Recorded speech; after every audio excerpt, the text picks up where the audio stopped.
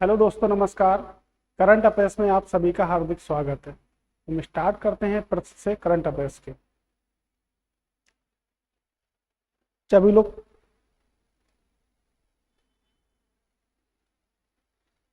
हमारा पहला प्रश्न है, सभी लोग शेयर कर दें क्लास को और सब्सक्राइब कर लें और लाइक भी कर दें। ये हमारा टेलीग्राम का लिंक लगा हुआ है डिस्क्रिप्शन बॉक्स में, इंस्टाग्राम का भी लगा हुआ है।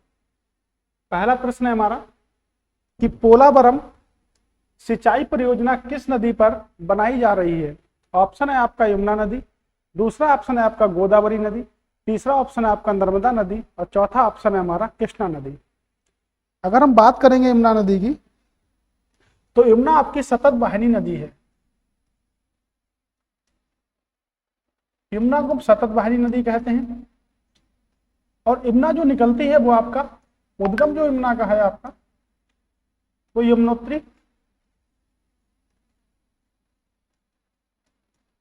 बंदरपुर से निकलती है आपकी।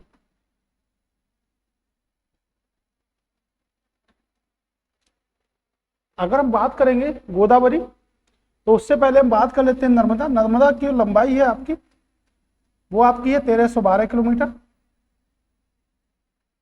नर्मदा की आपकी लंबाई है और जो नर्मदा है वो आपके 3 राज्यों यानी कि मध्य प्रदेश, गुजरात और आपके महाराष्ट्र से होकर गुजरती है। तो नर्मदा जो है वो आपकी अमरकंटक की पहाड़ियों से निकलती है।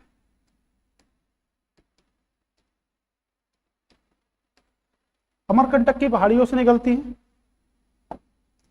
अगर हम बात कर लेते हैं कृष्णा नदी की, तो कृष्णा नदी का जो उद्गम है वो आपका महाबालेश्वर है।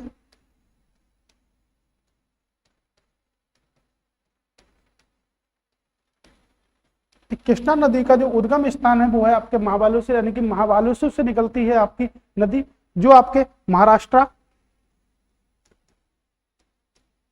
आंध्र प्रदेश, तेलंगाना और कर्नाटक, यानी कि 4 राज्यों में बहती है, यानी कि महाराष्ट्र हो गया, आंध्र प्रदेश हो गया, आपका तेलंगाना हो गया और आपका कर्नाटक। तो कृष्णा नदी का जो उद्गम है वो आपका महाबलेश्वर है। तो कृष्णा नदी जो है तुंगभद्रा नदी उसकी सहायक नदी है और विजयवाड़ा जो शहर हमारा पड़ता है वो कृष्णा नदी के किनारे है।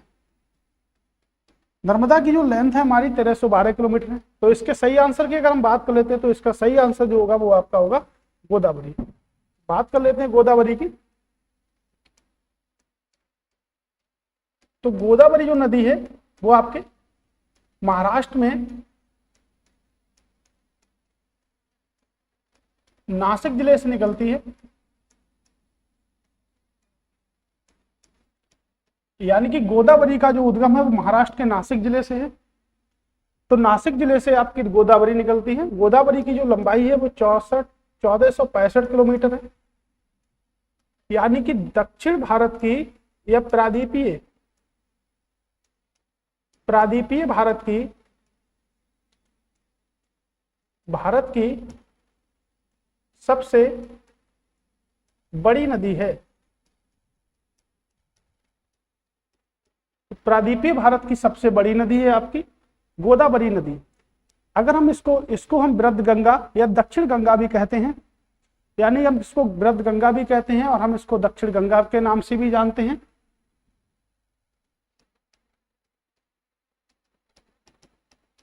और दक्षिण गंगा के भी नाम से जानते हैं। ये आपके महाराष्ट्र, उड़ीसा, छत्तीसगढ़, इनकी महाराष्ट्र, उड़ीसा, छत्तीसगढ़, तेलंगाना के साथ सीमा बनाती है, जिसका उद्गम जो है महाराष्ट्र के नासिक जिले से आपकी उद्गमित होती है, यानी कि जो निकलती है आपकी ब्रह्मगिरी की पहाड़ियों से निकलती है। ब्रह्मगिरी की पहाड़ियों से निकलती है। तो प्रादीपीय भारत की सबसे लंबी नदी की बात करेंगे, यानी कि हम समझेंगे प्रादीपीय भारत किसे कहेंगे। तो प्रादीपीय भारत यानी कि जिसके 3 ओर क्या हो, आपके जल हो और एक और जिसके स्थल हो उसको हम प्रादीपीय भारत कहते हैं। तो प्रादीपीय भारत में सबसे ज्यादा सिंचाई होती है वो होती है तालाबों के द्वारा, यानी कि पूरे प्रादीपीय भारत में अप्रॉक्स 6% जो सिंचाई होती है वो तालाबों के द्वारा होती है। तो प्रादीपीय भारत की सबसे बड़ी नदी की बात करेंगे तो आपकी वो गोदावरी होगी, लेकिन भारत की अगर सबसे बड़ी नदी की बात करेंगे तो गंगा नदी होगी, और भारत की दूसरी सबसे बड़ी नदी की बात करेंगे तो आपके वो गोदावरी नदी होगी। अगला प्रश्न देखते हैं। तो अगला प्रश्न है, मार्च 2023 में भारत में नेशनल कंपनी लॉ एप्लीलेन ट्रिब्यूनल ने गूगल पर रुपए 3337 करोड़ के जुर्माने को बरकरार रखा है। पूछ रहा है यह जुर्माना किस आयोग ने लगाया है। अगर हम बात करते हैं आरबीआई की, तो आरबीआई की जो स्थापना हुई वो हुई है 1 अप्रैल 1935। आरबीआई का प्रारंभ में जो मुख्यालय बनाया गया था वो आपके कोलकाता में बनाया गया था, लेकिन उसके बाद में इसके मुख्यालय को बंबई में स्थानांतरित कर दिया गया था। और आरबीआई का जो राष्ट्रीयकरण हुआ है वो हुआ है आपका 1 जनवरी 1949 को आरबीआई का राष्ट्रीयकरण हुआ है। और आरबीआई की जो स्थापना हुई है वो आपके हिल्टन यंग आयोग की सिफारिश पर हुई है। तो हिल्टन यंग आयोग की सिफारिश पर हुई है, जिसको आरबीआई को बनाने में सबसे महत्वपूर्ण योगदान हमारे संविधान के निर्माता डॉक्टर बी.आर. अम्बेडकर को माना जाता है। यानी कि बात करेंगे राष्ट्रीय हरित प्राधिकरण, तो इसकी स्थापना 18 अक्टूबर 2010 को हुई थी। इसका जो मुख्यालय है वो आपका दिल्ली में है। तो इसका जो मुख्यालय है वो आपका दिल्ली में है, और इसके क्षेत्रीय कार्यालय भी हैं। तो इसके क्षेत्रीय कार्यालय आपके 4 हैं, जैसे भोपाल, पुणे, चेन्नई और कोलकाता, यानी कि ये इसके क्षेत्रीय कार्यालय हैं। तो 4 इसके क्षेत्रीय कार्यालय, टोटल मिला के जो आपका एनजीटी, यानी कि हम इसको शॉर्टकट में बोलते हैं राष्ट्रीय हरित प्राधिकरण, इसको हम शॉर्टकट में बोलते हैं नेशनल ग्रीन ट्रिब्यूनल। अगर हम बात करेंगे इसकी जो वर्तमान समय में जो अध्यक्ष हैं वो हैं आपके आदर्श कुमार गोयल इसके वर्तमान समय में अध्यक्ष हैं। अगर हम बात करते हैं पहले अध्यक्ष की, तो पहले अध्यक्ष हैं आपके लोकेशर सिंह। तो लोकेशर सिंह इसके पहले अध्यक्ष हैं आपके। हमारा तीसरा ऑप्शन है भारतीय स्पर्धा आयोग। तो इस क्वेश्चन का अगर सही आंसर होगा तो वो यही होगा आपका भारतीय स्पर्धा आयोग। आइए समझ लेते हैं भारतीय स्पर्धा आयोग। भारतीय स्पर्धा आयोग अधिनियम 2002 के द्वारा बनाया गया था। अगर हम भारतीय संविधान में किसी को संसद के अधिनियम के द्वारा अगर पारित करते हैं या उसको बनाते हैं, उसको स्थापित करते हैं, तो हम उसको वैधानिक निकाय कहते हैं। यानी कि वैधानिक निकाय हम उन्हें कहते हैं जिनकी स्थापना संसद के अधिनियम के द्वारा की जाती है, तो उसको हम वैधानिक निकाय कहते हैं। तो इसकी जो स्थापना हुई थी वो हुई थी 14 अक्टूबर 2003 को, और जो अधिनियम बना था वो बना था अधिनियम 2002। ओके, अगर हम बात कर लेते हैं कि वैधानिक आयोग किसे कहते हैं, तो संसद के अधिनियम के द्वारा स्थापित कोई अगर आयोग बनाता है तो हम उसको वैधानिक आयोग कहते हैं। अगर हम शॉर्टकट में बात करेंगे तो हम इसको शॉर्टकट में बोलते हैं CCI। तो इसके जो वर्तमान समय में जो अध्यक्ष हैं वो हैं आपके अशोक कुमार गुप्ता, यानी कि अशोक कुमार गुप्ता वर्तमान समय में इसके क्या हैं आपके अध्यक्ष हैं। तो इसका जो राइट आंसर होगा वो होगा आपका भारतीय स्पर्धा आयोग। तो हमारे दूसरे क्वेश्चन का जो ऑप्शन होगा ऑप्शन नंबर 3 राइट आंसर होगा हमारा। अगला प्रश्न है हमारा कि गज उत्सव 2023 का आयोजन कहाँ किया गया। पहला ऑप्शन है आपका काजीरंगा नेशनल पार्क, गिर राष्ट्रीय उद्यान, महावीर राष्ट्रीय उद्यान, और चौथा है आपका हेमिस नेशनल पार्क। अगर बात कर लेते हैं हेमिस नेशनल पार्क, तो आपका ये लद्दाख में है। अगर हम महावीर की बात करेंगे तो महावीर नेशनल पार्क जो है आपका वो गोवा में है, और गोवा में और भी बहुत सारे नेशनल पार्क हैं, जैसे आपका नेत्रावली, चौरा, सलीम अली वन्यजीव अभ्यारण्य भी आपके गोवा में है। बट अगर हम बात करेंगे कि सलीम अली नेशनल पार्क की, तो सलीम अली नेशनल पार्क आपके जम्मू कश्मीर में है, लेकिन सलीम अली वन्यजीव जो अभ्यारण्य है वो आपके गोवा में है। अगर बात करेंगे गिर, तो गिर नेशनल पार्क जो है वो आपके गुजरात में है। और गुजरात में और भी नेशनल पार्क है, जैसे मरीन नेशनल पार्क, ये भी आपका गुजरात में है। तो इसके अगर सही आंसर की बात करेंगे तो इसका सही आंसर होगा आपका काजीरंगा नेशनल पार्क। देख लेते हैं आप असम के नेशनल पार्क, यानी काजीरंगा आपका कहां पर है, असम में है। तो असम में पहले तो आपका काजीरंगा ही है, फिर आपका नमेरी नेशनल पार्क है, आपका ओरंग नेशनल पार्क है, और अगर हम बात करेंगे तो दिहांग नेशनल पार्क भी यहीं पर है आपके, दिहांग नेशनल पार्क है, यानी कि डिब्रूगढ़ नेशनल पार्क है, रायमोना नेशनल पार्क है।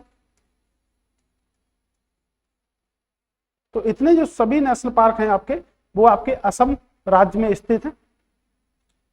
अगर हम अगले प्रश्न की बात करते हैं, नेक्स्ट का प्रश्न है कि शंघाई सहयोग संगठन 2023 के राष्ट्रीय सुरक्षा सलाहकारों की बैठक कहां आयोजित की गई। अगर हम बात करते हैं, ऑप्शन आपका इथियोपिया, चीन, ऑस्ट्रेलिया और भारत। पूछ रहा है कि शंघाई सहयोग संगठन, जिसको हम शॉर्टकट में बोलते हैं SCO, के राष्ट्रीय सुरक्षा सलाहकारों की बैठक कहां आयोजित की गई है। तो हम बात करेंगे इथियोपिया, चीन, ऑस्ट्रेलिया और भारत। ठीक है, आप देखिएगा और बताइएगा क्या होगा इसका आंसर।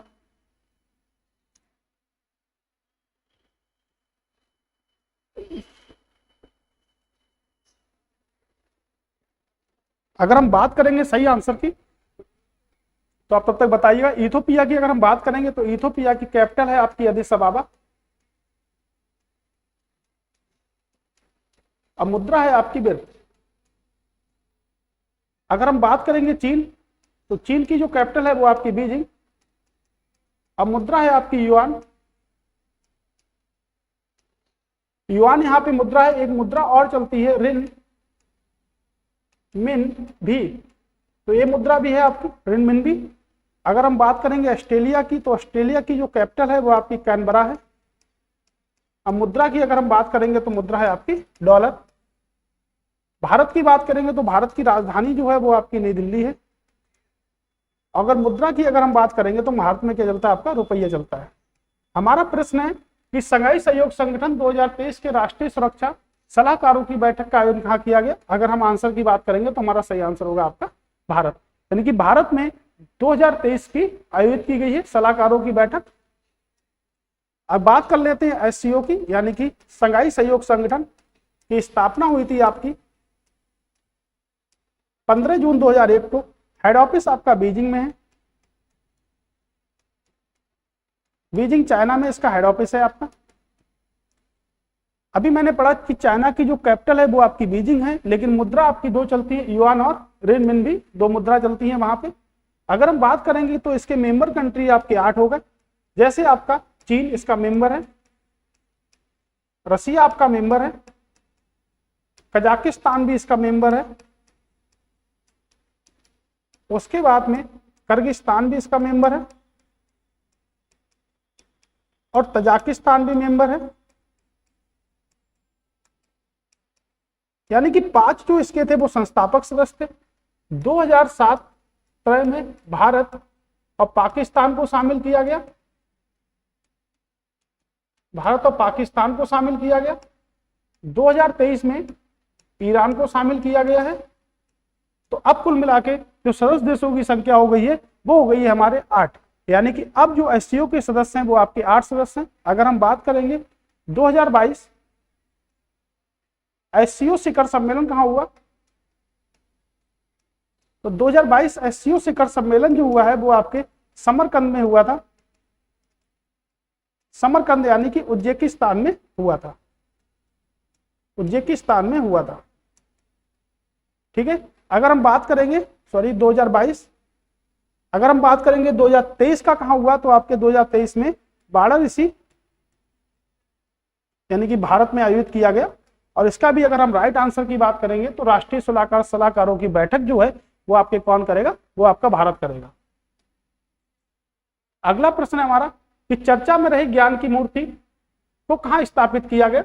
आपको यही देख के समझ में आ रहा होगा, ये मूर्ति जो है वो आपके डॉक्टर BR अम्बेडकर यानी कि संविधान निर्माता की मूर्ति है। तो ज्ञान की मूर्ति यानी कि स्टैचू ऑफ नॉलेज, अगर हम बात करेंगे तो स्टैचू ऑफ नॉलेज जो स्थापित की गई वो डॉक्टर बी आर अम्बेडकर की मूर्ति को आपके महाराष्ट्र यानी कि महाराष्ट्र के लातूर जिले में स्थापित किया गया। महाराष्ट्र के लातूर जिले में इसको स्थापित किया गया है। अगर हम महाराष्ट्र की बात कर लेते हैं तो महाराष्ट्र के जो सीएम है वो एकनाथ शिंदे और गवर्नर की बात करेंगे तो भगत सिंह कोश्यारी यानी कि भगत सिंह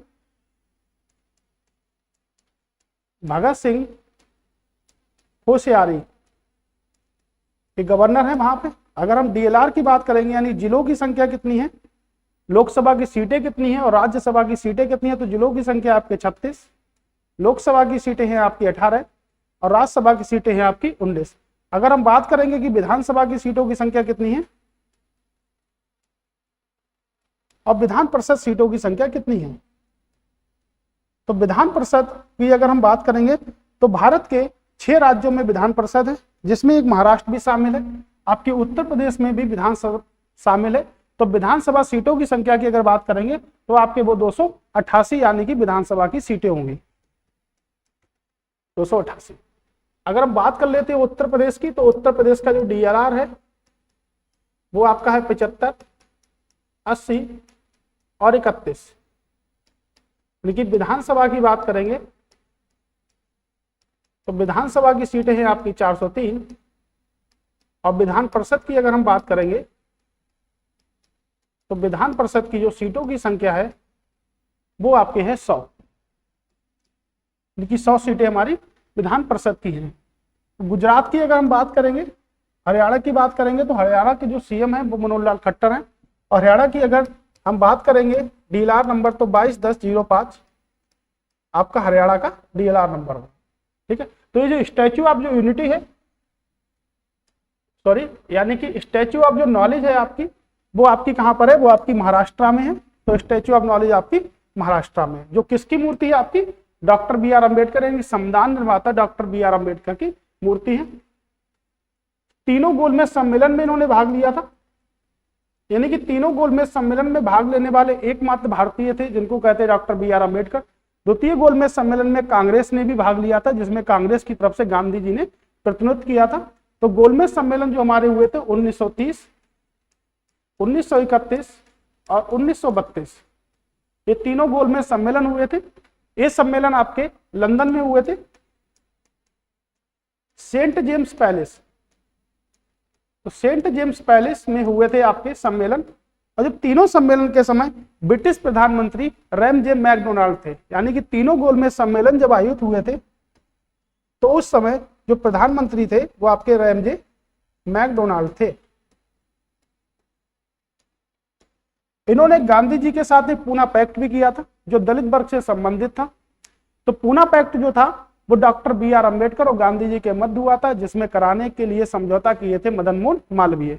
तो पूना पैक्ट जो हुआ था वो 24 सितंबर 1932 को आपको हुआ था, दलित वर्ग से संबंध रखता है। अगला प्रश्न है हमारा कि केंद्र सरकार ने राष्ट्रीय फसल बीमा पोर्टल के माध्यम से दावा वितरण के लिए डिजिटल क्लेम पोर्टल को लॉन्च किया है, इसमें किस राज्य को शामिल नहीं किया गया है?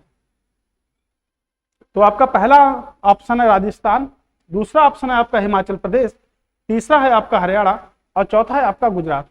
अब बताइए क्या होगा इसका आंसर।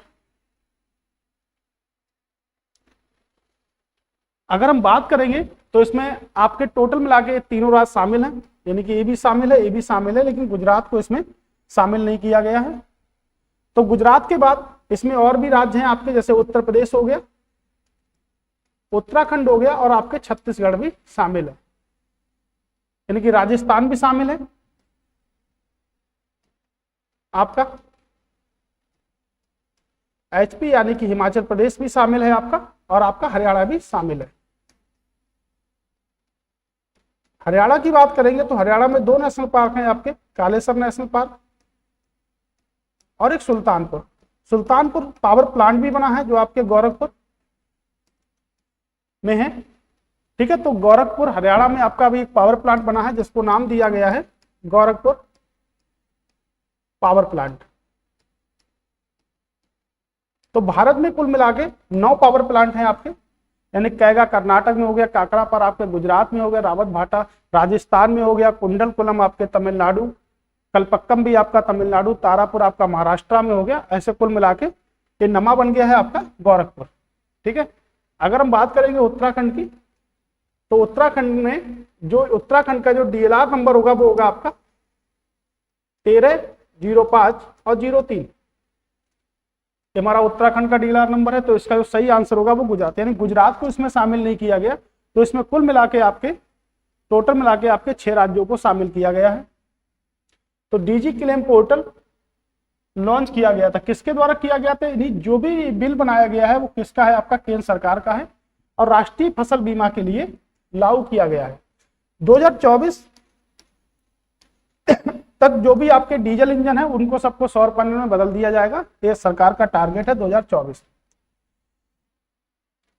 अगला प्रश्न है कि किस देश के शोधकर्ताओं ने दुनिया में पहली पूरी तरह से कार्यात्मक रेत से बनी बैटरी यानी कि रेत से बनी बैटरी का निर्माण किया है? ऑप्शन है फिनलैंड, ऑप्शन है न्यूजीलैंड, डेनमार्क और भारत। अगर हम बात कर लेते हैं तो डेनमार्क की, तो डेनमार्क की कैपिटल है आपकी कोपेनहेगन और मुद्रा है आपकी क्रोन। न्यूजीलैंड की बात कर लेते हैं तो आपका वेलिंगटन और आपकी है डॉलर। अगर हम इसके सही आंसर की बात करेंगे तो इसका सही आंसर होगा आपका, ये होगा आपका फिनलैंड। अगर हम बात कर लेते हैं फिनलैंड की, तो फिनलैंड जो है वो आपके जो पूर्व दिशा में जो सीमा बना रहा है वो आपके स्वीडन के साथ सीमा बना रहा है। अगर हम बात करेंगे कि उत्तर दिशा में किसके साथ सीमा बना रहा है, तो आपके नॉर्वे के साथ सीमा बना रहा है। और अगर हम बात करेंगे कि पूर्व दिशा में किसके साथ सीमा बनाता है, तो आपके रसिया के साथ सीमा बनाता है। तो जो फिनलैंड होते हैं उसको हम नॉर्डिक देशों की श्रेणी में रखते हैं। तो इसमें कुल मिला के आपका स्वीडन आता है, फिनलैंड आता है, आपका डेनमार्क भी आता है, आइसलैंड आता है,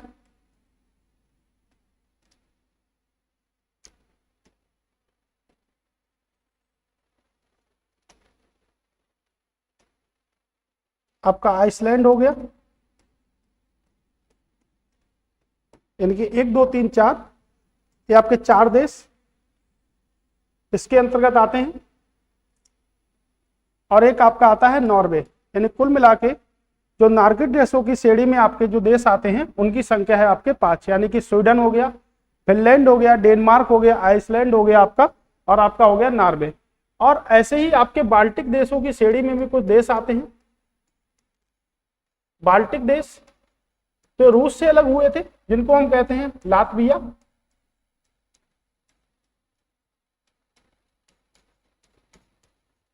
लिथुआनिया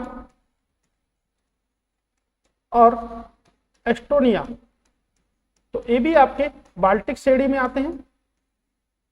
तो आप समझिएगा कि नॉर्डिक देशों में आपके 5 देश आते हैं, स्वीडन, फिनलैंड, डेनमार्क, आइसलैंड और आपका नॉर्वे।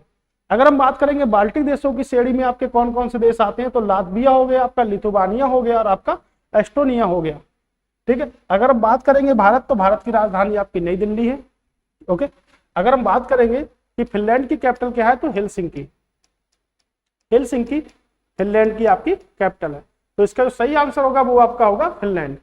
यानी कि टाटा की बैटरी है ये। तो ऐसी ही बैटरी बनाई है आपके रेत से, यानी कि रेत से बैटरी बना दी गई है आपकी फिनलैंड के द्वारा।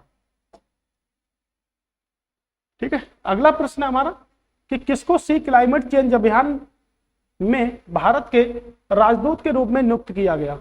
पहला ऑप्शन है आपका Greta Thunberg, Vladimir Peter Koppen और श्रेया घोड़ावत और जोडी कामर। आपको 2 महिलाएं सुंदर सी दिख रही हैं, एक है आपकी श्रेया घोड़ावत और आपकी है जोडी कमार। ये दुनिया की सबसे सुंदर महिला है, यानी कि सबसे ब्यूटीफुल महिला है आपकी ये वाली। ठीक है ना, यानी कि विश्व में सबसे सुंदर महिलाओं की श्रेणी में इनको रखा गया है, जोडी कामर को। और ये आपका श्रेया घोड़ावत जो है उनको ही आपका राजदूत नियुक्त किया गया है आपके सी क्लाइमेट चेंज अभियान में, भारत की ओर के रूप में राजदूत नियुक्त किया गया है। ये आंसर हमारा सही होगा। इनकी अगर बात करेंगे तो व्लादिमीर आपके पीटर जो कुपेन है, ये आपके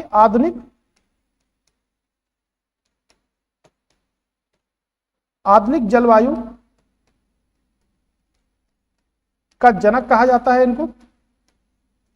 तो आधुनिक जलवायु का इनको जनक कहा जाता है। और हमारी जो भारत की जलवायु है वो आपकी मानसूनी जलवायु है। तो भारत की मानसूनी जलवायु का कारण यह है कि भारत का जो अक्षांशीय विस्तार है और भारत का जो देशांतरी विस्तार है वो लगभग आपका क्या है, समान है। तो लगभग अक्षांशीय और देशांतरी विस्तार जब समान होगा तो भारत की जलवायु जो होगी वो आपकी मानसूनी जलवायु होगी। अब मानसूनी जो शब्द है वो आपका अरबी भाषा का शब्द है। तो मानसूनी जो शब्द है वो आपके अरबी भाषा का शब्द है। ये आपकी श्रेया घोड़ा भट्ट है। अगला प्रश्न है हमारा कि किस देश ने विदेशों से आए कार्बन डाइऑक्साइड को पृथ्वी में दबाने के लिए विश्व की पहली परियोजना का उद्घाटन किया है? आपका ऑप्शन है डेनमार्क, अमेरिका, नेपाल या इजराइल। अगर हम बात करेंगे तो अमेरिका की जो कैपिटल है वो आपकी है वाशिंगटन डीसी, और डीसी का मतलब होता है डिस्ट्रिक्ट ऑफ कोलंबिया, यानी कि डीसी का जो मतलब होता है वो होता है आपका डिस्ट्रिक्ट ऑफ कोलंबिया। और मुद्रा की बात करेंगे तो मुद्रा आपकी है डॉलर। ओके, नेपाल की बात करेंगे तो नेपाल की जो आपकी राजधानी है वो है आपका काठमांडू। और क्या चलता है नेपाल में? तो नेपाल में चलता है आपका रुपया।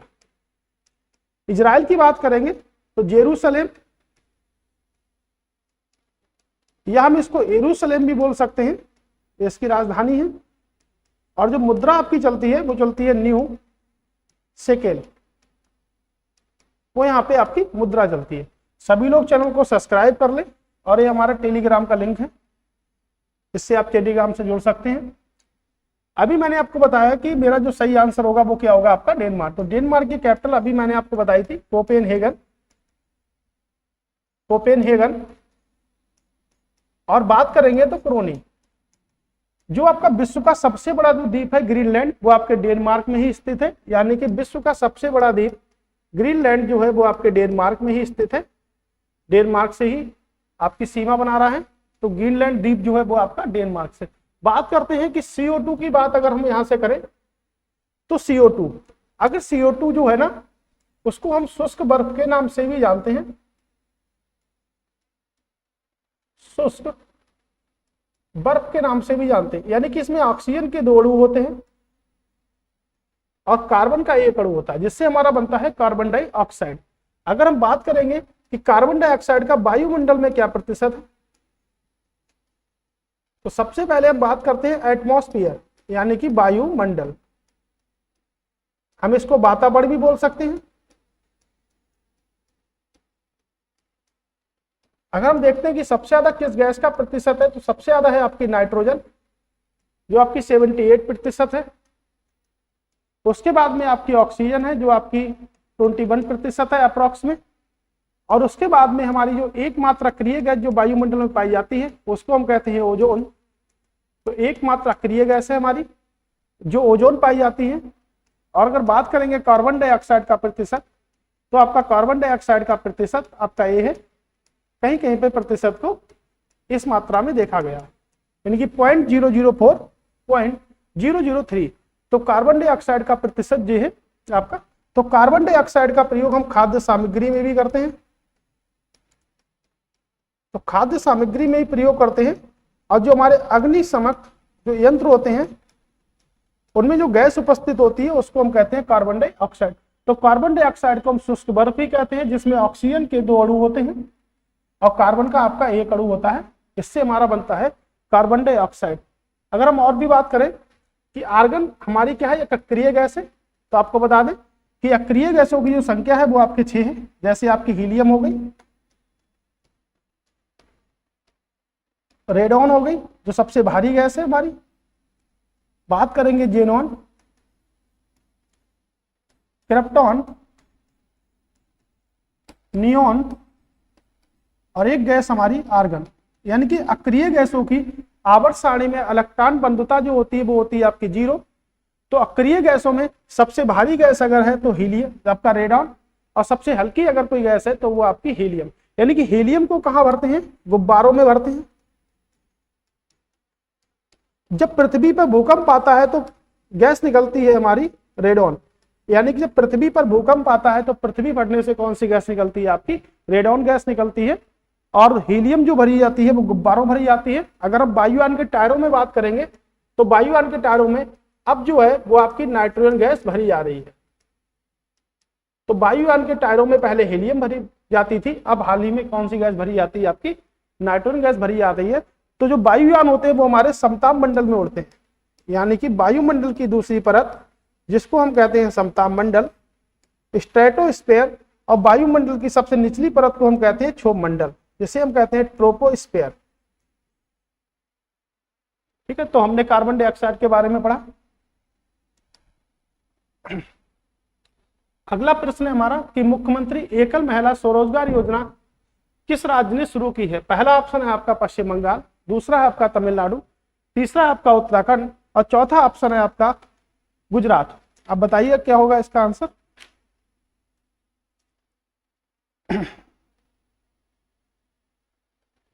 अगर हम सही आंसर की बात करेंगे तो इसका सही आंसर होगा आपका उत्तराखंड। यानी कि बात कर लेते हैं उत्तराखंड, तो उत्तराखंड का डीएलआर जो होगा वो आपका होगा 13503।